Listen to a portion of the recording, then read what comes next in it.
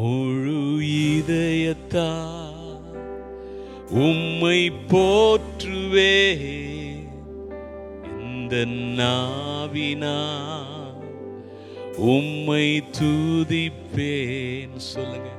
முழு இதயத்தா உம்மை போற்றுவே, இந்த நாவினால், இந்த நாவினால் உம்மை துதிப்பே.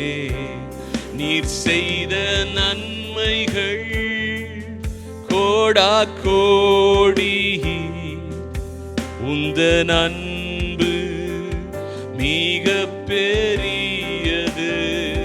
நீர் செய்த நன்மைகள் கோடா கோடி, உந்தன் அன்பு மிக பெரியது.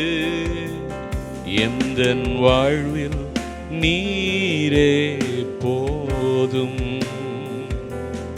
எந்தன் வாழ்வில் நீரே போதும், எந்தன் வாழ்வில் நீரே போதும். என் சொத்து நீரே,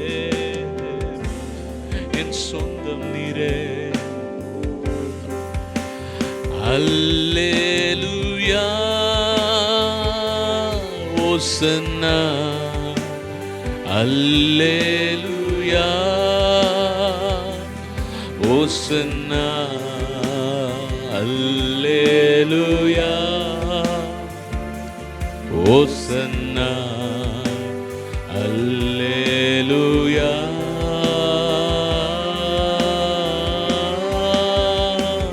அல்லேலூயா ஓசன்னா, அல்லேலூயா. கைகளை உயர்த்தி அப்படியே தேவ பிரசன்னம் மழைய போல நீங்க இருக்கிற இடத்துல விழுந்து கொண்டிருக்கிறது. உம் கிருபை நித்தியம், உம் கிருபை நித்தியம், உம் கிருபை நித்தியம், உம் கிருபை நித்தியம், உம் கிருபை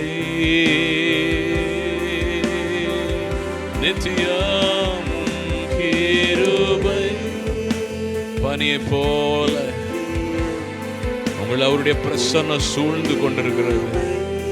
நித்தியம்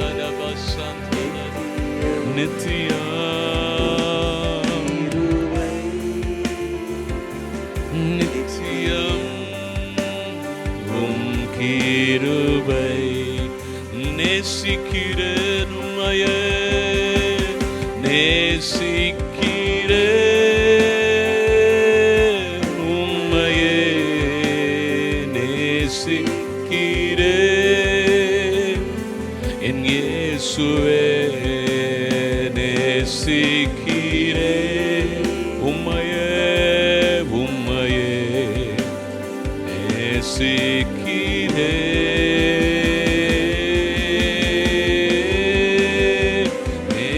நேசிக்கிறேன்.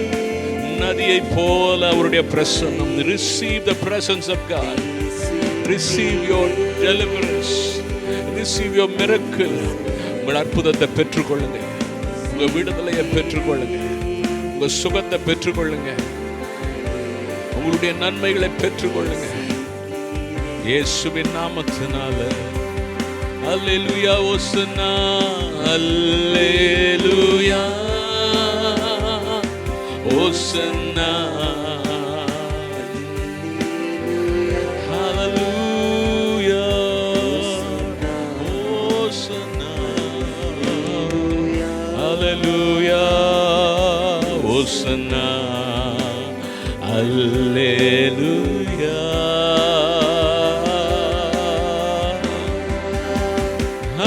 அல்லேலூயா ஓசன்னா. Father, we worship you, Jesus. Jesus, we worship you. Holy Spirit, we love you. உம்மை ஆராதனை செய்கிறோம். தேவனுடைய கிருபை கட்டுகள் எல்லாம் உடைக்குது, சாபங்கள் எல்லாம் மாற்றுது. உம் கிருபை நித்தியம், உம் கிருபை நித்தியம், உம் கிருபை. வானத்துக்கும் பூமிக்கும் எவ்வளவு உயரமோ அவருக்கு பயப்படுகிறவர்கள் மேல் அவருடைய கிருபை அவ்வளவு பெரியதாய் இருக்கிறது. மேற்குக்கும் கிழக்குக்கும் எவ்வளவு தூரமோ அவ்வளவு தூரமாய் நம்முடைய பாவங்களை நம்மை விட்டு விலக்கி நம்மை புது சிருஷ்டியாய் மாற்றியிருக்கிறார். உம் கிருபை நித்தியம், உம் கிருபை நித்தியம், உம் கிருபை நித்தியம், உம் கிருபை. கைகளை உயர்த்தி சொல்லுவோம். நேசிக்கிறேன், நேசிக்கிறேன் உம்மையே என் இயேசுவே, என் ராஜாவே. நேசிக்கிறேன் உம்மையே, நேசிக்கிறேன் உம்மை, நேசிக்கிறேன். I love you Lord. நேசிக்கிறேன். வானத்திலும் பூமியிலும் மனுஷருக்குள்ளே நாம் ரட்சிக்கப்படும்படி இயேசுவின் நாமமே அல்லாமல் வேறு நாமம் கொடுக்கப்படவில்லை. அந்த நாமத்தை உயர்த்துகிறோம், அந்த நாமத்தை உயர்த்துகிறோம். உம் நாமம் ஊற்றுண்ட பரிமள தைலமாய் இப்பொழுது பாய்ந்து கொண்டிருக்கிறதற்காய் ஸ்தோத்திரம். நேசிக்கிறேன், நேசிக்கிறேன், நேசிக்கிறேன், நேசிக்கிறேன். அந்த நாமம் இப்பொழுது வியாதிகளை சுகமாக்கி கொண்டிருக்கிறது. சரீரங்கள்ல அற்புதங்கள் நடந்து கொண்டிருக்கிறது. சூழ்நிலைகள்ல மாற்றங்கள் உண்டாயிருக்கிறது. ஹீலிங், ஸ்கின் டிசீசஸ் மறைது இயேசுவின் நாமத்தினால். தோல் வியாதிகள் மறைகிறது இயேசுவின் நாமத்தினால். எலும்பில் இருக்கிற வேதனைகள் மறைகிறது. Receive your miracle. அற்புதங்களை பெற்றுக்கொள்ளுங்க. நேசிக்கிறேன் உம்மையே, நேசிக்கிறேன். கர்ப்பப்பையில் இருக்கிற கட்டிகள் மறைகிறது இயேசுவின் நாமத்தினால. ஹல்லேலூயா. கனியற்ற கர்ப்பங்கள் இயேசுவின் நாமத்தினால கனி உள்ளவைகளாய் மாறுகிறது. Thank you Jesus. Oh hallelujah. தொழிலில் இருக்கிற நஷ்டங்கள்ல தேவனுடைய வல்லமை இறங்குகிறது, அற்புதங்களை உண்டாக்குகிறது. நேசிக்கிறேன். Receive your miracle. அற்புதங்கள் இயேசுவின் நாமத்தினால கட்டவிழ்க்கிற எல்லா நாமங்களுக்கும் மேலான நாமத்தினால உங்க சூழ்நிலை மாறுது. அவரால் கூடாத காரியம் ஒன்றுமே இல்லை. There is nothing impossible with his name. இந்த நாமத்தினால் முடியாதது எதுவும் இல்லை. இந்த நாமத்தினால் கூடாதது எதுவும் இல்லை. எதுவும் இல்லை, எதுவும் இல்லை. நேசிக்கிறேன் உம்மையே, நேசிக்கிறேன். உங்களுக்கு ஒரு அற்புதம். நீங்க ஆராதிக்கும் போதே ஆண்டவர் அற்புதங்களை செய்றாரு. யோசபாத்தும் அவனுடைய ஜனங்களும் ஆராதிக்கும் பொழுது சத்துருவை பின்னிட்டு ஓட பண்ணினவர், அவர்களை அழிந்து போக செய்தவர். அவருடைய வல்லமையினால எல்லா பகைஞனையும் பழிகாரனையும் அகற்றி போடுகிற, அமர்த்தி போடுகிற, அமைதிப்படுத்துகிற அந்த நாமத்தின் வல்லமை உங்கள் சார்பில் உங்களுக்காக யுத்தம் பண்ணி கொண்டிருக்கிறது. Receive your miracle in the name of Jesus. I love you Jesus, I love you Jesus. Oh நேசிக்கிறேன். ஒரு கடைசி விசை. அல்லேலூயா, அல்லேலூயா. ஓசன்னா, அல்லேலூயா. ஓசன்னா, அல்லேலூயா. ஓசன்னா, அல்லேலூயா.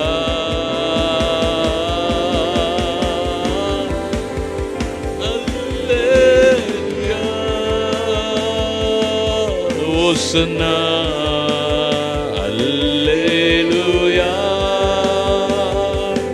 ஓசன்னா அல்லேலூயா ஓசன்னா அல்லேலூயா.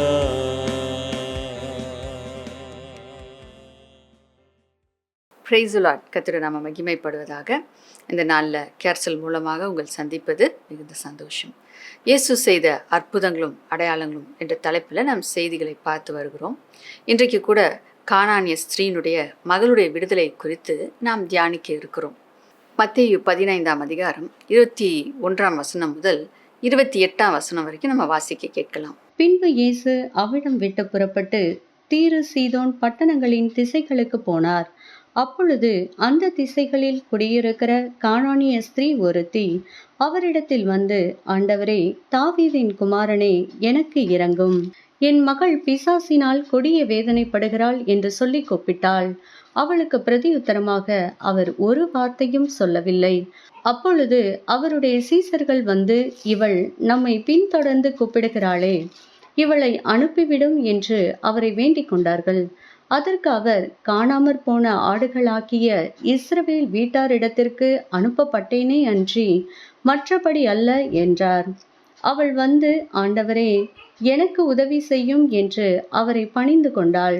அவர் அவளை நோக்கி, பிள்ளைகளின் அப்பத்தை எடுத்து நாய்க்குட்டிகளுக்கு போடுகிறது நல்லதல்ல என்றார். அதற்கு அவள், மெய்தான் ஆண்டவரே, ஆகிலும் நாய்க்குட்டிகள் தங்கள் எஜமான்களின் மேஜையிலிருந்து விழும் துணிக்கைகளை தின்னுமே என்றாள். இயேசு அவளுக்கு பிரதியுத்தரமாக, ஸ்திரீயே, உன் விசுவாசம் பெரிது, நீ விரும்புகிறபடி உனக்கு ஆக கடவது என்றார். அந்நேரமே அவள் மகள் ஆரோக்கியமானாள். இந்த சம்பவத்தில் நாம் பார்க்கிற காரியம், அந்த ஸ்திரீயுடைய விசுவாசத்தை குறித்து நாம் பார்க்கிறோம். அந்த ஸ்திரீ விசுவாசத்தில் தளர்ந்து போகாமல் கடைசி வரைக்கும் அந்த விசுவாசத்தில் நிலைத்து நின்று தன் மகளுக்காக விடுதலையை பெற்றுக்கொள்கிறதை நாம் பார்க்கிறோம். அதே நேரத்தில் நம்முடைய தேவன், அவர் வல்லமை உள்ளவர், நம்மை விடுவிக்கிறவராய் இருக்கிறார். அவர் கிருபையுள்ள தேவனாய் இருக்கிறார். அவருடைய தன்மை அது, அவர் அன்புள்ளவர், அவர் கிருபை நிறைந்தவர், அவர் விடுவிக்கக்கூடியவர், அவர் அற்புதங்களை செய்கிறவர், அவர் நமக்காக தன்னையே ஒப்பு கொடுத்தவர். ஸோ உங்களுடைய வாழ்க்கையில் எப்படிப்பட்ட சூழ்நிலை இருந்தாலும் உங்களை விடுவிக்கும்படியாக உங்களை தேடி வருகிற தேவன், உங்களுக்கு நன்மை செய்ய விரும்புகிற தேவன். ஸோ இப்படிப்பட்ட அன்பான தேவனை குறித்து சில காரியங்களை இந்த நேரத்தில் நம்ம தியானிக்க போகிறோம். அவர் எவ்வளவு கிருபை உள்ளவராய் இருக்கிறார், அவர் எவ்வளவு வல்லமை உள்ள தேவனாய் இருக்கிறார். அந்த இடத்துல நம்ம பார்க்குறோம், ஆண்டவராகிய இயேசு கிறிஸ்து அந்த ஸ்திரீ கிட்ட சொல்கிற காரியம், உன் விருப்பத்தின்படி உனக்கு ஆக கடவது என்று சொல்லி சொன்ன அந்த மாத்திரத்தில் அந்த ஸ்திரீனுடைய மகள் சொஸ்தமானாள் என்று சொல்லி நம்ம பார்க்கிறோம். அப்போ எவ்வளவு வல்லமை உள்ள தேவன் நம்முடைய தேவன் என்பதை நம்ம புரிந்து கொள்கிறோம். அவர் ஒரு வார்த்தையை சொல்லி முடிக்கும் போதே தூரத்தில் இருக்கிற அந்த மகளுடைய வாழ்க்கையில் ஒரு விடுதலை உண்டாகிறதை பார்க்கிறோம். அந்த அசுத்தாவின் போராட்டங்களிலிருந்து அந்த மகள் விடுதலையை பெற்றுக்கொள்கிறதை பார்க்கிறோம். அப்போ எவ்வளவு வல்லமை உள்ளவர் நம்முடைய தேவனாய் இருக்கிறார். அவர் ஒரு இடத்துல பேசிக்கொண்டு இருக்கிறார், ஆனால் அவர் வார்த்தை இந்த இடத்துல ரிலீஸ் ஆன உடனே எவ்வளோ தூரத்தில் இருக்கிற அந்த மகளுடைய வாழ்க்கையில் அந்த விடுதலை வெளிப்படுகிறதை நாம் பார்க்கிறோம். ஆகையால் நாம் எவ்வளவு தூரமாக இருந்தாலும் தேவனுடைய வல்லமை அது குறைவற்ற வல்லமையாக இருக்கிறது. அது அற்புதங்களை செய்கிற வல்லமையாக இருக்கிறது. ஆகையால் இந்த நாளில் சில வசனங்களை தேவனுடைய கிருபையை குறித்தும் அவருடைய வல்லமையை குறித்தும் நாம் தியானிக்க இருக்கிறோம். நாம் வாசிக்க கேட்போம். மத்தேயு 15ஆம் அதிகாரம் 22ஆம் வசனம். அப்பொழுது அந்த திசைகளில் குடியிருக்கிற கானானிய ஸ்திரீ ஒருத்தி அவரிடத்தில் வந்து, ஆண்டவரே, தாவீதின் குமாரனே, எனக்கு இரங்கும், என் மகள் பிசாசினால் கொடிய வேதனைப்படுகிறாள் என்று சொல்லி கூப்பிட்டாள். இந்த இடத்துல இந்த ஸ்திரீ ஆண்டவராகிய இயேசு கிறிஸ்து அந்த இடத்துக்கு வந்திருக்கிறார் அப்படின்னு கேள்விப்பட்டு அவள் ஓடோடி வருகிறாள்.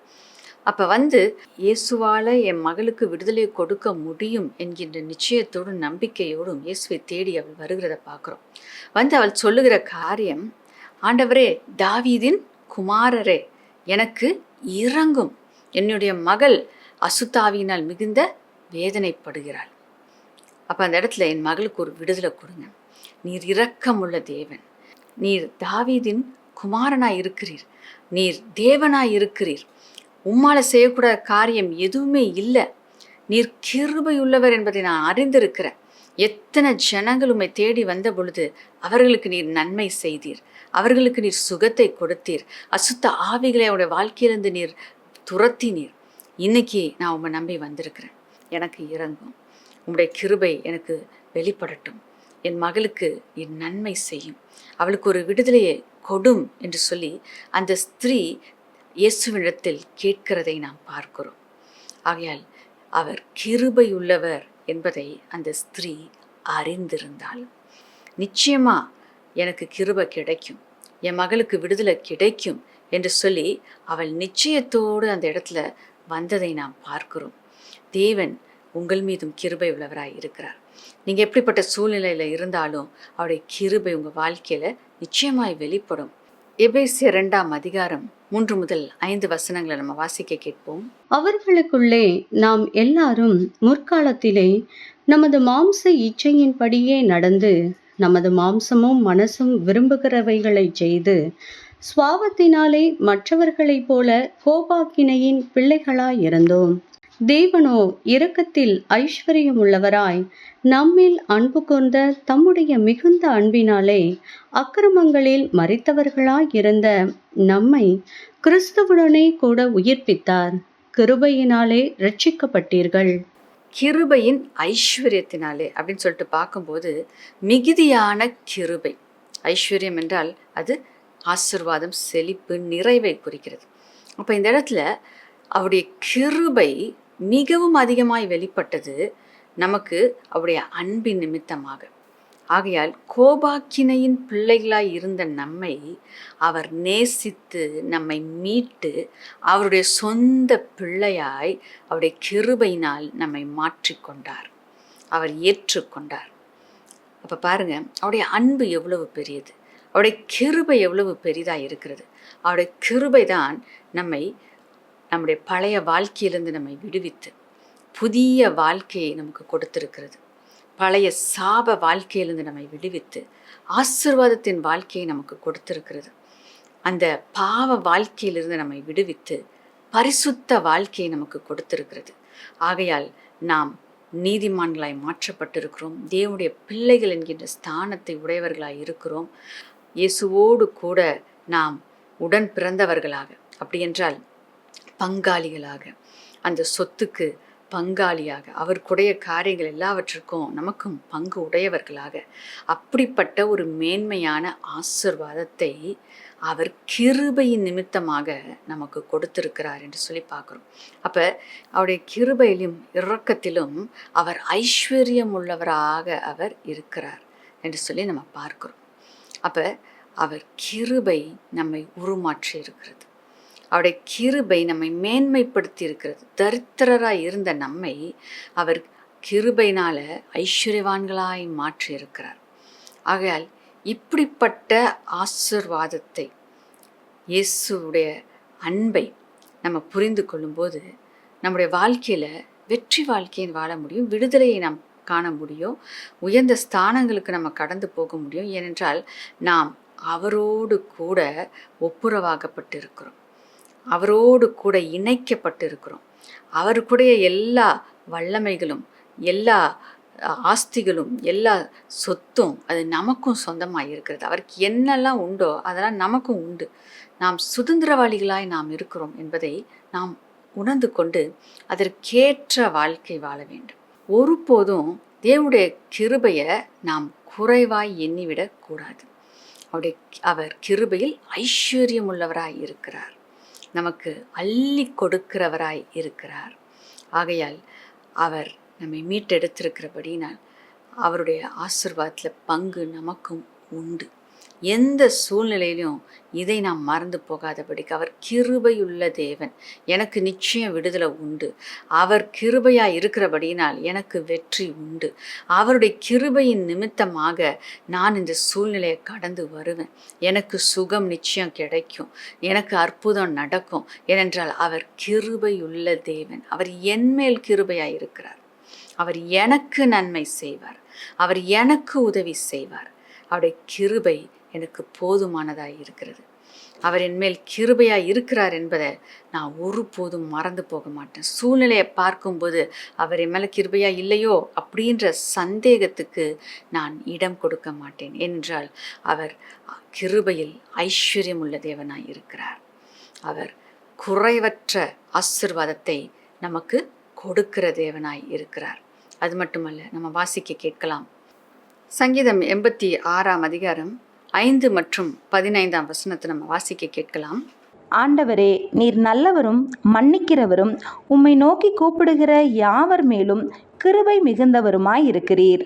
ஆனாலும் ஆண்டவரே, நீர் மன உருக்கமும் இரக்கமும் நீடிய பொறுமையும் பூரண கிருபையும் சத்தியமும் உள்ள தேவன். இந்த இடத்துல அவருடைய கிருபை எப்படிப்பட்டதா இருக்கிறது என்று சொல்லி நாம் பார்க்கிறோம். அவர் கிருபையில் பூரணம் உள்ளவராய் இருக்கிறார். பரிபூர்ண கிருபையை நமக்கு கொடுக்கிறவராய் இருக்கிறார். அவருடைய கிருபை அது மிகுந்த கிருபையாக தான் எல்லா இடங்களிலும் வெளிப்படுகிறதை நாம் பார்க்கிறோம். இந்த நாளில் அந்த மிகுந்த கிருபையை பெற்றுக்கொள்ளத்தக்கதாக, அந்த மிகுந்த கிருபைக்கு பாத்திரமாய் கர்த்தர் நம்மை மாற்றியிருக்கிறாரு. எவ்வளவு பெரியது மேன்மையான ஒரு காரியமாக இருக்கிறது. மிகுந்த கிருபையை நம்முடைய வாழ்க்கையில் நாம் அனுபவிக்க வேண்டும், அதன் ஆசீர்வாதத்தை நம்ம பெற்றுக்கொள்ள வேண்டும் என்று மிகுந்த கிருபை உள்ளவராக அவர் இருக்கிறார். அதை நம்ம விசுவாசிக்கும் போது அந்த கிருபை, அந்த மிகுதியான கிருபை நம்முடைய வாழ்க்கையில் நிச்சயமாய் வெளிப்படும். நாம் தேவனுடைய அந்த மிகுந்த கிருபை மேல் நம்பிக்கை வைக்க வேண்டும். அப்பொழுது அவர் நம் மீது அந்த மிகுந்த கிருபையை வெளிப்படுத்துவார். அவருடைய கிருபை நமக்கு போதுமானதாக இருக்கிறது. நம்மை மீட்டெடுக்கிற கிருபை, நம்முடைய சூழ்நிலையை மாற்றுகிற கிருபை, நம்முடைய பிரச்சனையை ஒன்றுமில்லாமல் ஆக்கி போடுகிற கிருபை, அவருடைய கிருபை நமக்கு கிடைத்தால் போதும். அவருடைய கிருபை ஒன்று நமக்கு போதுமானதாக இருக்கிறது. நம்முடைய வாழ்க்கையே அது மாற்றி அமைக்கும்.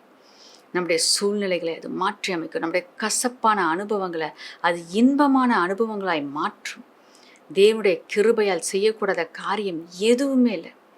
அவர் நம்மீது கிருபையாக இருந்தபடினால்தான் மீட்பை நமக்காக அவர் ஆயத்தம் பண்ணி கொடுத்திருக்கிறார்.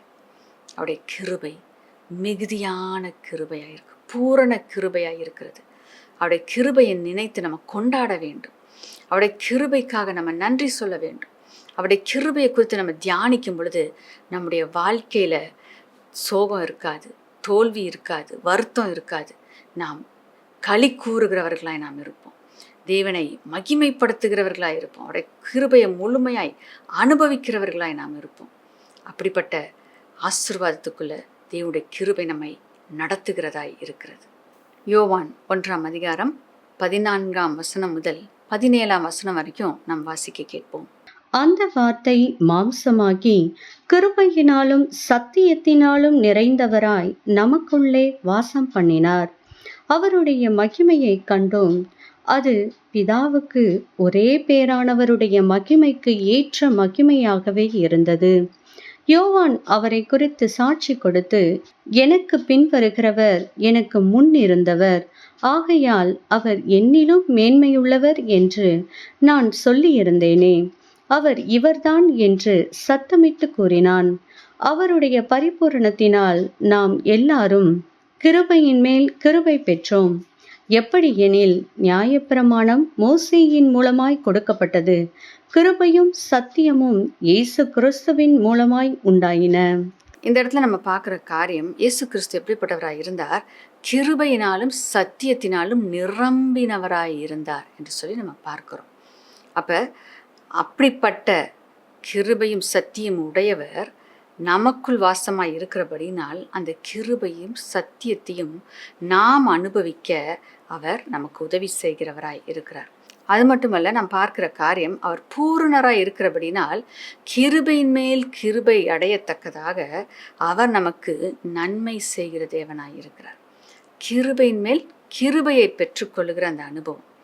அப்போ தேவனுடைய கிருபையை இன்னும் அதிகமாக தான் நம்ம பெற்றுக்கொள்ள போகிறோமே தவிர, ஒரு நாளும் தேவன் நமக்கு அளித்த கிருபையில் அந்த கிருபை குறைந்து நம்முடைய வாழ்க்கையில் போது நம்ம சொல்லவே முடியாது. ஏனென்றால் ஒவ்வொரு நாளும் அவர் நமக்கு கிருபை அளித்து கொண்டே இருக்கிறார். ஆகையால் நேற்றைய தினம் அவருடைய கிருபை என் வாழ்க்கையில வெளிப்பட்டதை பார்க்கிலும் இன்றைய தினம் அது அதிகமாய் வெளிப்படுகிறதாய் இருக்கிறது. ஏனென்றால் நேற்றைய தின கிருபையில இன்னும் அதிக கிருபை ஆண்டவர் எனக்கு கொடுக்குறார். அப்ப நாளைக்கு இன்னும் அதிக கிருபை. அப்படி பார்க்கும்போது நான் கிருபையை அதிகமாய் பெற்றுக்கொண்டே வருகிறேன். தேவனுடைய கிருபை பெருகி கொண்டே இருக்கிறது. என்னுடைய வாழ்க்கையில தேவனுடைய கிருபை பெருகி கொண்டே இருக்கும் என்றால் என்னுடைய வாழ்க்கையில நன்மையும் பெருகி கொண்டே தான் இருக்கிறது. என்னுடைய வாழ்க்கையில ஆசீர்வாதமும் பெருகி கொண்டே தான் இருக்கிறது. எனக்கு எல்லா நன்மையான காரியங்களும் அது பெருகி கொண்டே தான் இருக்கிறது. வெற்றி பெருகுகிறது, செல்வாக்கு பெருகுகிறது, மேன்மை பெருகுகிறது, ஐஸ்வர்யம் பெருகுகிறது. ஏனென்றால் தேவனுடைய கிருபைக்குள்ள தான் எல்லாமே அடங்கி இருக்கிறது. அவருக்குள் எல்லாம் இருக்கிறது. அவர் கிருபையும் சத்தியமும் நிறைந்தவராய் இருக்கிறார். அது மட்டுமல்ல, அவருக்குள்ள ஞானம் இருக்கிறது, அவருக்குள்ள பொக்கிஷம் இருக்கிறது, அவருக்குள்ள வல்லமை இருக்கிறது, அவருக்குள்ள தேவனுடைய ஆசீர்வாதங்கள் நிறைந்திருக்கிறது. ஆகையால் அப்படிப்பட்ட தேவனுடைய கிருபையை நம்ம பெற்றுக்கொள்ள நம்முடைய வாழ்க்கையில இன்னும் அதிக மேன்மைக்கு அதிக நன்மைகளை நாம் பெற்றுக்கொள்ளும்படியாக கர்த்தர் நம்மை நடத்துகிறவராய் இருக்கிறார். ஆகையால் தேவன் நம்மில் கிருபையாய் இருக்கிறார் என்பதை நாம் மறந்து போய்விட வேண்டாம். அடுத்ததாக நம்ம பார்க்குறோம், அவர் வல்லமையுள்ள தேவன். ஒரு பக்கம் அவர் கிருபை உள்ளவர், நம்மை நேசிக்கிறவர், நமக்கு நன்மை செய்ய வேண்டும் என்று விரும்புகிற தேவன். அதே நேரத்தில் அவர் வல்லமை உள்ளவர், அவர் பராக்கிரமசாலி, அவர் பெரிய காரியங்களை செய்கிறவராய் இருக்கிறார். ஆகையால் அவருடைய வல்லமை நம்முடைய வாழ்க்கையில் நமக்கு விரோதமாய் இருக்கிற எப்படிப்பட்ட சத்ருவின் கிரியைகளாய் இருந்தாலும் அவைகளை முறியடிக்கிற வல்லமையாய் இருக்கிறது. பிசாசு கொண்டு வருகிற எப்படிப்பட்ட போராட்டமாய் இருந்தாலும், பலவீனங்களாய் இருந்தாலும், வியாதியாய் இருந்தாலும் எல்லாவற்றையும் முறியடிக்கத்தக்கதான வல்லமையுடைய தேவன் நம்முடைய தேவனாய் இருக்கிறார். அவர் ஆட்டுக்குட்டியானவராகவும் இருக்கிறார். அவர் யூத ராஜ சிங்கமாகவும் இருக்கிறார். அவர் கிருபை நிறைந்தவராகவும் இருக்கிறார். அதே நேரத்தில் யுத்தத்தில் வல்லவராகவும் அவர் இருக்கிறார். ஆகையால் தேவன் உங்களை நிச்சயமாய் விடுவிக்கிறவராய் இருக்கிறார். சில நேரத்தில் நம்மளை பார்த்து பரிதாபப்படுகிற ஜனங்கள் இருக்கலாம், ஆனால் நமக்கு அவங்களால உதவி செய்ய திராணி இருக்காது, பலன் இருக்காது. நம்முடைய தேவன் அப்படிப்பட்டவர் அல்ல. அவர் கிருபையுள்ளவர், நமக்காக பரிதபிக்கிறவர், நமக்கு நன்மை செய்ய வேண்டும் என்று விருப்பம் உள்ளவர். அது மட்டுமல்ல, நன்மை செய்யத்தக்க வல்லமையுடையவர், பலனுடையவர் நம்முடைய தேவனாய் இருக்கிறார். இந்த சம்பவத்தில் அதை குறித்து நம்ம வாசிக்க கேட்போம். மார்க்கு 7ஆம் அதிகாரம் 29 மற்றும் 30 நம்ம வாசிக்க கேட்போம். அப்பொழுது அவர், நீ சொன்ன அந்த வார்த்தையை நிமித்தம் போகலாம், பிசாசு உன் மகளை விட்டு நீங்கி போயிற்று என்றார். அவள் தன் வீட்டுக்கு வந்த பொழுது பிசாசு போய்விட்டதையும் தன் மகள் கட்டிலில் படுத்திருக்கிறதையும் கண்டாள். இயேசு இந்த இடத்துல சொல்லுகிற காரியத்தை நம்ம பார்க்குறோம். நீ வீட்டுக்கு போகலாம், பிசாசு உன் மகளை விட்டு நீங்கி போயிற்று என்று சொல்லி அவள் அதை விசுவாசித்து தன் வீட்டுக்கு கடந்து வரா. அப்படியே அவள் மகள் விடுவிக்கப்பட்டதை அந்த ஸ்திரீ காண்கிறதை நாம் பார்க்கிறோம். ஆகையால் அந்த இடத்துல நம்ம பார்க்குறோம், தேவன் விடுவிக்கிறவராய் இருக்கிறார். அவருடைய வார்த்தையில் வல்லமை இருக்கிறது. ஆண்டவர் நீ ஆசீர்வாதமாக இருப்ப அப்படின்னு சொன்னால் நிச்சயமாக நம்ம ஆசீர்வாதமாக இருப்போம். நீ சுகமாக இருப்ப அப்படின்னு சொன்னால் நிச்சயமாக நம்ம சுகமாக இருப்போம். ஏனென்றால் அவருடைய வார்த்தையில் வல்லமை இருக்கிறது. அவர் சொன்னது நிச்சயமாய் நிறைவேறும். இந்த இடத்துல நம்ம பார்க்குறோம், நீ போ, பிசாசு உன் மகளை விட்டு வெளியே போயிற்றுன்னு சொன்னப்ப அப்படியே அந்த பிசாசின் கிரியைகள், அந்த அசுத்த ஆவிகள் அந்த மகளை விட்டு வெளியேறி இருந்தது. இயேசு அங்கே பக்கத்தில் வந்து அதட்டலை, எதுவுமே பண்ணலை. ஒரே ஒரு வார்த்தை தான், இங்கிருந்து பேசின அந்த வார்த்தை அந்த மகளை விடுவித்தது. தேவனுடைய வல்லமை எவ்வளவு பெரிய வல்லமையாக இருக்கிறது. இந்த நாளில் தேவனுடைய வல்லமை உங்கள் வாழ்க்கைக்குள்ளே கடந்து வரும். எப்படிப்பட்ட கட்டுகளில் நீங்கள் இந்த நாளில் இருந்தாலும், எப்படிப்பட்ட பிசாசின் பிடியில் நீங்கள் இருந்தாலும், அசுத்த ஆவியின் அலக்களிப்புகளினால நீங்கள் வேதனைப்படுகிறவர்களாக இருந்தாலும், உங்கள் குடும்பத்தில் இருக்கிறவங்க வேதனைப்படுகிறவர்களாக இருந்தாலும், இப்பொழுது நாம் பார்க்கிற காரியம், அந்த மகளுக்காக இந்த தாய் விண்ணப்பம் பண்ணின பொழுது மகள் விடுவிக்கப்பட்டாள். இன்னைக்கு யாருக்காகனாலும் நீங்கள் இந்த நேரத்தில் ஜெபிக்கும் போது, அவங்க பக்கத்தில் இருக்கிறாங்களோ தூரத்தில் இருக்கிறாங்களோ அவங்க எங்கே இருந்தாலும் பரவாயில்ல, இன்னைக்கு அவர்களுக்காக நீங்கள் ஜெபிப்பீர்கள் என்றால், இயேசுவினிடத்தில் கிருபையுள்ளவரே எனக்கு இந்த நபருக்கு விடுதலையை கொடுங்க என்று சொல்லி இந்த தாயார் கேட்டது போல நீங்கள் கேட்பீர்கள் என்றால், நிச்சயமாக நீங்கள் கேட்கிற நபருக்கு விடுதலை கிடைக்கும். தேவன் விடுதலையை கொடுக்கிறவராய் இருக்கிறார். அவர் அற்புதங்களை செய்கிற தேவனாக இருக்கிறார். ஆகையால் தேவனுடைய வல்லமை அது ஒப்பிட முடியாத வல்லமை, விடுவிக்கிற வல்லமை. அந்த வல்லமை நம்ம நம்பும்போது, இயேசு வல்லமை உள்ளவர், அவர் விடுவிக்க கூடியவர், அவரை நான் நம்புகிறேன் என்று சொல்லுகிற அந்த மாத்திரத்தில் நிச்சயமாய் அந்த விடுதலையை உங்கள் கண்கூடாக உங்கள் வாழ்க்கையில் நீங்கள் பார்க்க முடியும். யோவான் 8:36 நம்ம வாசிக்க கேட்கலாம். ஆகையால் குமாரன் உங்களை விடுதலையாக்கினால் மெய்யாகவே விடுதலையாவீர்கள். இந்த இடத்துல வசனம் சொல்லுகிறது, ஆகையால் தேவகுமாரனாகிய இயேசு கிறிஸ்து உங்களை விடுதலையாக்கினால் நீங்கள் மெய்யாகவே விடுதலை ஆவீர்கள். ஹல்லேலூயா. அவர் உங்களை விடுவிக்கும் போது அந்த விடுதலை நிச்சயம், அந்த விடுதலை நிலைத்திருக்கும். அந்த விடுதலைக்கு தடை செய்வதற்கு எதற்கும் யாருக்கும் அதிகாரம் கிடையாது. ஆண்டவர் விடுதலை கொடுத்துட்டார்னா அது விடுதலை நிச்சயம். நிச்சயமாக ஒரு நிரந்தரமான விடுதலை நீங்கள் பெற்றுக்கொள்ள முடியும். ஆகையால் தேவனுடைய வல்லமை உங்கள் வாழ்க்கையில் வெளிப்படுவதாக. அவர் உங்களை விடுவிக்கிற இந்த நேரத்தில் நீங்கள் விடுதலையை நிச்சயமாய் பெற்றுக்கொள்வீர்கள். தேவன் உங்களை விடுவிக்க விரும்புகிறார். ஆண்டவரே என்னை விடுவீங்க, என்னை சூழ்நிலையிலேருந்து விடுதலை செய்யுங்க, எனக்கு இந்த பிரச்சனையிலேருந்து விடுதலை செய்யுங்க அப்படி நீங்கள் கேட்குற மாத்திரத்தில் கர்த்தர் உங்களுக்கு விடுதலையை கொடுக்கிறவராக இருக்கிறார். இவர்களுக்கு விடுதலையை கொடுங்கப்பா, அவங்களுக்கு விடுதலையை கொடுங்கப்பா அப்படின்னு நீங்கள் கேட்குற இந்த மாத்திரத்தில் தேவன் உங்களுக்கு விடுதலையை கொடுக்கிறவராய் இருக்கிறார். யாருக்காக நீங்கள் விடுதலைக்காக தேவனை நோக்கி கதறிக்கொண்டிருக்கிறீர்களோ அவர்களுக்கு நிச்சயமாய் விடுதலை உண்டு. கர்த்தர் அவர்களுக்கு விடுதலையை கொடுக்கிற தேவனாய் இருக்கிறார். ஏனென்றால் வசனம் சொல்லுகிறது, குமாரன் உங்களை விடுதலையாக்கினால் மெய்யாகவே மெய்யாகவே மெய்யாகவே உண்மையாகவே நிச்சயமாகவே விடுதலை உண்டு. அதை மாற்றுவதற்கு யாருக்கும் அதிகாரம் கிடையாது. இந்த சத்தியத்தை நம்ம உணர்ந்திருப்போம் என்றால் தேவன் நம்மை விடுவிக்க விரும்புகிறவர். ஏனென்றால் உங்கள் மீது அவர் கிருபை உள்ளவராய் இருக்கிறார், அவர் இரக்கம் உள்ளவராய் இருக்கிறார். அவர் நிச்சயமாக உங்களை விடுவிப்பார். நீங்கள் அவரை நோக்கி கூப்பிடும்போது அவர் உங்களுக்கு விடுதலையை கட்டளை இடுவார். ஆகையால் அவர் உங்களை விடுவிக்கும் போது அந்த விடுதலை நிச்சயமானது, அந்த விடுதலை நிரந்தரமானது. அது திருடிக்கொள்ள யாருக்கும் அதிகாரம் கிடையாது, எந்த அசுத்த ஆவிக்கும் அதிகாரம் கிடையாது, எந்த வல்லமைகளுக்கும் அதிகாரம் கிடையாது. குமாரன் உங்களை விடுதலையாக்கினால் மெய்யாக விடுதலையாவீர்கள், மெய்யாக விடுதலையாவீர்கள், மெய்யாக விடுதலை உங்களுக்கு உண்டு. கர்த்தர் அப்படிப்பட்ட விடுதலையை நிச்சயமாய் உங்களுக்கு கொடுப்பாராக. ஆகையால் தேவனுடைய கிருபையும் தேவனுடைய வல்லமையும் உங்கள் வாழ்க்கையில் வெளிப்படட்டும். கர்த்தர் பெரிய காரியங்களை உங்கள் வாழ்க்கையில் நிச்சயமாய் செய்வார். இந்த விடுதலையை பெற்றுக்கொள்ள இந்த கானானிய ஸ்திரீ செய்த காரியத்தை குறித்து நம்ம தியானிக்க போகிறோம். அந்த ஸ்திரீக்குள்ளே இருந்த தன்மைகள். இப்போ நம்ம பார்த்தோம் இயேசுடைய தன்மையை குறித்து 2 தன்மைகளை நம்ம பார்த்தோம். ஆனால் இப்போ கானானிய ஸ்திரீக்குள்ளே எப்படிப்பட்ட தன்மை இருந்ததுனால அவள் இந்த விடுதலையை பெற்றுக்கொண்டாள் என்று சொல்லி நாம் இன்னைக்கு ஒரு காரியத்தை குறித்து நம்ம தியானிக்க போகிறோம். வாசிக்க கேட்கலாம். மத்தேயு 15:23. அவளுக்கு பிரதியுத்தரமாக அவர் ஒரு வார்த்தையும் சொல்லவில்லை. அப்பொழுது அவருடைய சீசர்கள் வந்து, இவள் நம்மை பின்தொடர்ந்து கூப்பிடுகிறாளே, இவளை அனுப்பிவிடும் என்று அவரை வேண்டிக் கொண்டார்கள். அவள் அப்படியாக இயேசுவினிடத்துல வந்து விடுதலைக்காக கேட்டுக்கொண்டிருக்கிற நேரத்தில் அங்கே நம்ம பார்க்கிற காரியம், இயேசு அவளிடத்தில் ஒரு வார்த்தையும் சொல்லவில்லை என்று சொல்லி நம்ம பார்க்கணும். அப்போ அந்த ஸ்திரீ இயேசுவை குறித்து கேள்விப்பட்டு தான் வந்திருக்கிறா, விசுவாசத்தோடு தான் வந்திருக்கிறா. அப்போ அவள் எதெல்லாம் கேள்விப்பட்டிருப்பா, இயேசு எப்படிலாம் அற்புதத்தை செய்தார், யாருக்கெல்லாம் அற்புதத்தை செய்தார், அதெல்லாம் அவர் கேள்விப்பட்டதுனால தான் அவர் ஒரு நம்பிக்கையோட என் மகளுக்கு விடுதலை வேணும், இயேசு கொடுப்பார் அப்படின்னு அவள் வந்திருக்கா.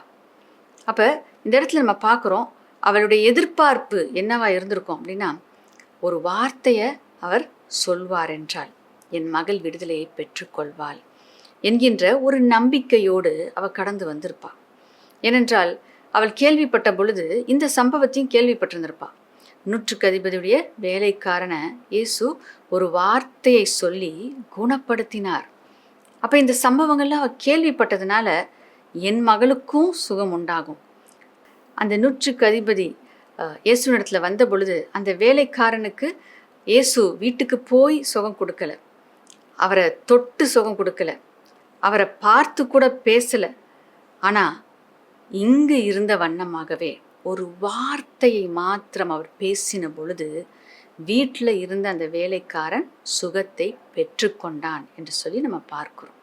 அப்போ இந்த இடத்துல இந்த சம்பவங்கள் எல்லாம் அவள் கேட்டதுனால தான் தன்னுடைய மகளை வீட்டில் வச்சுட்டு அவள் என்ன பண்ணுறா, இயேசுவினிடத்தில் எப்படியாவது நான் வந்து போராடி என் மகளுக்காக விடுதலையை பெற்றுக்கொள்ள முடியும் என்ற நிச்சயத்தோடு அவள் வந்திருக்கிறா.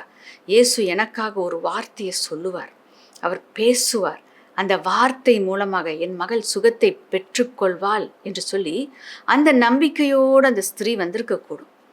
அப்போ இந்த ஸ்திரீ இயேசுவினிடத்துலேருந்து எதிர்பார்த்த காரியம் என்ன? ஒரு வார்த்தை ஆண்டவர் பேசுவாரா, ஒரு வார்த்தையை பேசுனா போதுமே என் மகள் சுகத்தை பெற்றுக்கொள்வாளே அப்படின்ற ஒரு வாஞ்சியோடு அந்த ஸ்திரீ வந்திருப்பா. ஆனால் இந்த இடத்துல வசனம் சொல்லுகிறது, இயேசு அவளிடத்தில் ஒரு வார்த்தையும் பேசவில்லை. வார்த்தையே பேசலை அவளிடத்துல. இயேசு எந்த வார்த்தையுமே பேசலை, எதை குறிச்சுமே பேசலை. அப்போ அவளுடைய இருதயம் எப்படி இருந்திருக்கும்? எனக்கு ஆண்டவர் ஒரு வார்த்தை பேசுவார், என் மகள் சுகத்தை பெற்றுக்கொள்வாள் என்ற நிச்சயத்தோடு அந்த ஸ்திரீ வந்த பொழுது இயேசு என்கிட்ட பேசவே மாட்டேன்றாரே, ஒரு வார்த்தையை சொல்ல மாட்டேன்றாரே அப்படின்னும் போது அவளுடைய மனம் எப்படி தவித்திருக்கும், எப்படி அவளுடைய மனம் வேதனைப்பட்டிருக்கும், அவளுடைய மனதில் எவ்வளவு அவள் சோர்ந்து போயிருப்பாள். எவ்வளோ நம்பிக்கையோடு வந்தேன், எவ்வளோ நிச்சயத்தோடு வந்தேன், என் மகளுக்கு ஒரு விடுதலை கிடைச்சிரும் அப்படின்னு சந்தோஷத்தோடு நான் வந்தேன். ஆனால் இயேசு வார்த்தையை பேசவில்லையே, இயேசு என்னோடு பேசவில்லையே, இயேசு என் மகளை விடுவிக்கும்படியாக அவர் வாயை திறந்து அவருடைய வல்லமை வெளிப்பட ஒரு வார்த்தையை பேச மாட்டேன்றாரே அப்படின்னு அவள் சோர்ந்து போயிருப்பா இல்லைங்களா? ஆனாலும் அவளுடைய இருதயம் சோர்ந்து போனாலும் அவள் தன்னுடைய விசுவாசத்தில் தளர்ந்து போகவில்லை. ஒருவேளை அவன் இருதயம் சோர்ந்து போகும்போது விசுவாசத்துலேயும் அவள் தளர்ந்து போயிருப்பானா, நிச்சயமாக அவள் என்ன பண்ணியிருப்பா, சரி நான் வந்தேன், கேட்டேன், நான் ட்ரை பண்ணிட்டேன், ஆனால் இயேசு என் மகளுக்கு விடுதலை கொடுக்கும்படியாக வார்த்தையால் பேசவில்லை என்று சொல்லி மனம் மடிந்து அவள் வீடு திரும்பியிருப்பாள். தன்னுடைய மகளுடைய சூழ்நிலை மாறியிருக்க முடியாது. ஆனால் இந்த இடத்துல நாம் பார்க்கிற காரியம், அவள் சோர்ந்து போகவில்லை, விசுவாசத்தில் தளர்ந்து போகவில்லை. அந்த இயேசு என்னோடு பேசுவார் என்றால் எனக்கு நிச்சயமாக, என் மகளுக்கு நிச்சயமாக ஒரு விடுதலை உண்டு என்ற நிச்சயம் அவளுக்குள்ளே இருந்தாலும் இந்த இடத்துல அந்த நிச்சயத்துக்கு மாறாக சூழ்நிலைகள் எழும்புவது நிமித்தமாக அவள் சோர்ந்து போயிருக்கலாம். ஆனால் அவள் சோர்ந்து போகவே இல்லை.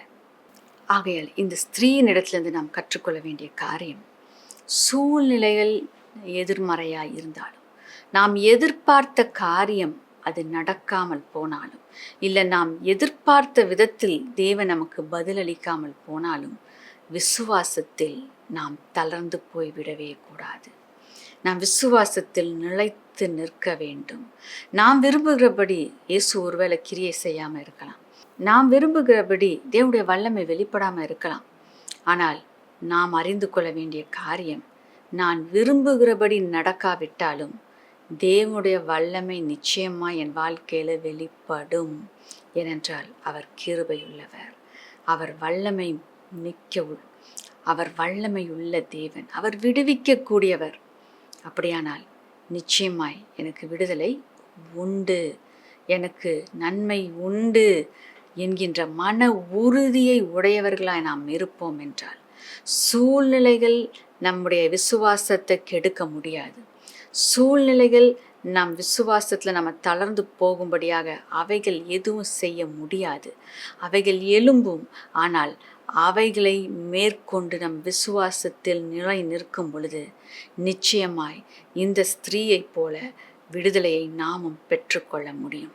சோர்ந்து போகாமல் விசுவாசிப்போம். சூழ்நிலையை பார்க்காம தேவனுடைய வாக்குத்தத்தத்தை பார்த்து அவருடைய தன்மையை பார்த்து அவர் மேல் விசுவாசத்தை நம்ம வைப்போம். அவருடைய விடுதலையை நிச்சயமாக நம்முடைய வாழ்க்கையில் நாம் பெற்றுக்கொள்வோம். ஆகையால் இந்த நாளில் தேவனை நோக்கி நம்ம பார்க்கலாம். ஸ்தோத்திரம் அப்பா, உமக்கு நன்றி செலுத்துகிறோம் அப்பா. நீர் எவ்வளவு நல்லவர், நீர் எவ்வளவு கிருபையில் ஐஸ்வர்யம் உள்ள தேவன் என்று பார்க்கிறோம். மிகுந்த கிருபையுள்ள தேவன் என்று சொல்லி நம்ம பார்க்கிறோம். சம்பூர்ண கிருபையுள்ள தேவன் என்று சொல்லி நம்ம பார்க்கிறோம். அப்பா, அப்படியாக நீர் உடைய கிருபையில உடைய இரக்கங்கள்ல நீர் குறைவற்றவராய் இருக்கிறீர். மிகுதியான உடைய கிருபை எங்களுக்கு வெளிப்பட்டு இருக்கிறபடினால அப்பா நாங்கள் உங்க பிள்ளைகளா இருக்கிறோம் அப்பா. ஆகையால் நிச்சயமாய் அப்பா நாங்கள் உம்மிடத்திலிருந்து நன்மையை பெற்றுக்கொள்ள முடியும். என்னை நோக்கி கூப்பிடுகிறவன் கிருபையை பெற்றுக்கொள்கிறான்னு நாங்கள் பார்த்தோமே. இந்த நேரத்தில் உம்மை நோக்கி நாங்கள் கூப்பிடுகிறோம் அப்பா. உம்மை நோக்கி நாங்கள் பார்க்கிறோம் ராஜா. உம்முடைய கிருபை எங்களுக்கு நீர் கொடுப்பீராக. உம்முடைய வல்லமை எங்கள் மத்தியில் கடந்து வரட்டும். குமாரன் உங்களை விடுதலை ஆக்கினால் மெய்யாக விடுதலை ஆவீர்கள் என்று வசனத்தில் நாங்கள் பார்க்கிறோமே. அப்படியான ஒரு மெய்யான விடுதலையை இப்பொழுதே கர்த்தாவே ஒவ்வொருவரும் ருசி பார்க்கட்டும் அப்பா. உம்முடைய அதிகமான கிருபை வெளிப்படுவதனால அப்பா உம்முடைய ஜனங்கள் அப்பா உம்முடைய வல்லமையினால தொடப்படுவார்களாக. அவருடைய பலவீனங்கள் இப்பொழுது இயேசுவின் நாமத்தினால நீங்கட்டும். அவருடைய கர்த்தாவே அப்பா வாழ்க்கையில இருக்கிற பிரச்சனைகள் மாறட்டும். உம்முடைய வல்லமை ஊடுருவட்டும். அவங்க சூழ்நிலைக்குள்ள கடந்து செல்லட்டும். அசுத்தாவின் பிடியில இருக்கிறவர்கள் இயேசுவின் நாமத்தினால விடுவிக்கப்படுவார்களாக. உம்முடைய வல்லமை இப்பொழுதே கிரியை செய்யட்டும் அப்பா. ஒவ்வொருவரின் நீர் விடுதலை செய்வீராக. குமாரன் உங்களை விடுதலை ஆக்கினால் மெய்யாக விடுதலை ஆவீர்கள். இப்பொழுது நீங்கள் நிச்சயமான விடுதலையை பெற்று கொண்டிருக்கிறீங்க. ஏனென்றால் கிறிஸ்துவாகிய குமாரன் உங்களை விடுவித்திருக்கிறார். அவர் மேல் நீங்கள் நம்பிக்கையாக இருக்கிறபடினால, அவருடைய கிருபையை நீங்கள் சார்ந்து கொண்டபடினால அவர் உங்களுக்கு விடுதலையை இந்த நேரத்தில் கொடுக்கிறார். விசுவாசத்தோடு பெற்றுக்கொள்ளுங்க, விசுவாசத்தோடு பெற்றுக்கொள்ளுங்க. இயேசுவின் நாமத்தினால் அற்புதங்கள் நடக்கட்டும். இயேசுவின் நாமத்தினால் சுகம் உண்டாகட்டும். இயேசுவின் நாமத்தினால் விடுதலை கடந்து வரட்டும். அப்பா, அற்புதங்களை செய்கிற தேவன் நீர் வெளிப்படுவீராக. உங்களுடைய வல்லமை வெளிப்படட்டும் அப்பா. நன்மையை பெற்றுக்கொண்டவர்கள் உமக்கு சாட்சிகளாய் ஜீவித்து அப்பா உங்களுடைய நாமத்தை மகிமைப்படுத்துகிற கிருபையை நீர் கொடுப்பீராக. நீர் செய்கிறதற்காக நாங்கள் நன்றி செலுத்துகிறோம். இயேசுவின் நாமத்தில் பிதாவே, ஆமென், ஆமென். நாம் சேர்ந்து சொல்லலாம். என் ஆத்துமாவே கர்த்தரை ஸ்தோத்திரி, என் முழுலமே அவருடைய பரிசுத்த நாமத்தை ஸ்தோத்திரி. என் ஆத்துமாவே கர்த்தரை ஸ்தோத்திரி, அவர் செய்த சகல உபகாரங்களையும் மறவாதே. ஆமென், ஆமென். இன்னைக்கு நீங்க விடுதலை பெற்றுக்கொண்டிருக்கிறீங்க, சுகத்தை பெற்றுக்கொண்டிருக்கிறீங்க. தேவனை நீங்கள் மகிமைப்படுத்துங்கள். தொடர்ந்து கர்த்தர் உங்களை ஆசீர்வதிப்பாராக. God bless you.